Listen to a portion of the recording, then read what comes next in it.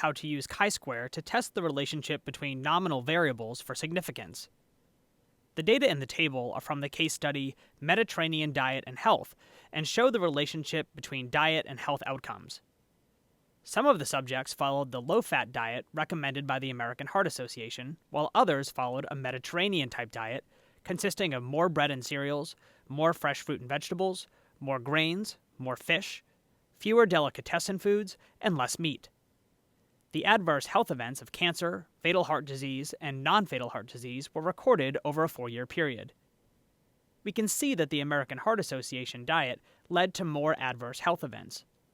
The question is how to test the differences in frequencies for significance.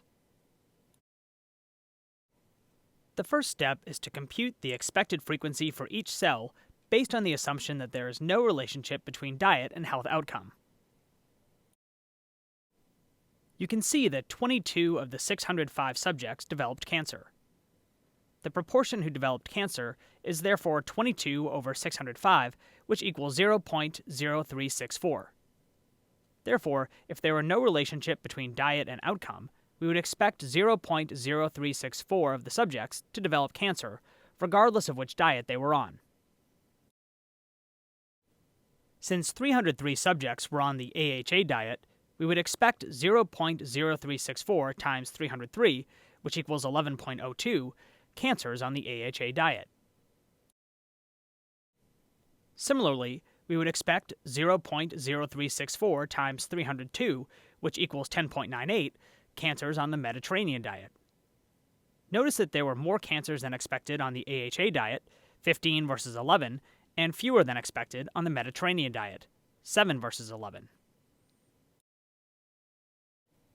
In general, the expected frequency for a cell is equal to the row total for the cell times the column total for the cell divided by the total number of observations.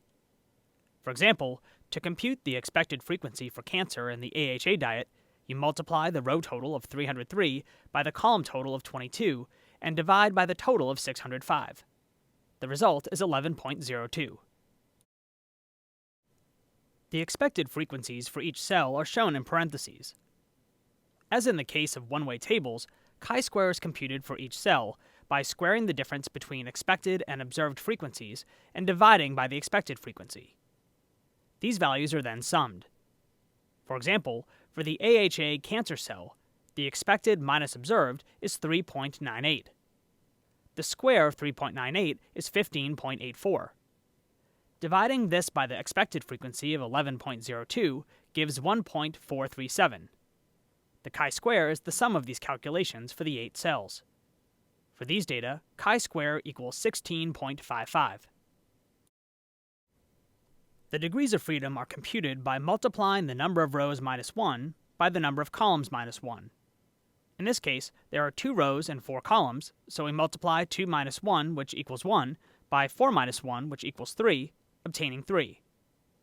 In the formula for degrees of freedom, df stands for degrees of freedom, r stands for the number of rows, and c stands for the number of columns. The chi-square calculator can be used to determine that the probability of a chi-square of 16.55 or larger with 3 degrees of freedom is 0.0009. Therefore, the null hypothesis of no relationship between diet and outcome can be rejected. A key assumption of the chi-square test of independence is that each subject contributes data to only one cell. Therefore, the sum of all cell frequencies in the table must be the same as the number of subjects in the experiment. Consider an experiment in which each of 16 subjects attempted 2 anagram problems. It would not be valid to use the chi-square test on these data since each subject contributed data to 2 cells. One cell based on their performance on anagram 1, and one cell based on their performance on anagram 2. The total of the cell frequencies in the table is 32, but the total number of subjects is only 16. The violation of the assumption of independence occurs because a subject who is able to solve anagram 1 is probably more likely to be able to solve anagram 2 than is a subject who failed to solve anagram 1. The formula for chi-square yields a statistic whose distribution is only approximately a chi-square distribution. The approximation is adequate, or at least conservative, when the total number of subjects is 20 or more. Some authors claim that the correction for continuity should be used whenever an expected cell frequency is below 5. Research in statistics has shown that this practice is not advisable. The correction for continuity when applied to 2x2 contingency tables is called the Yates correction.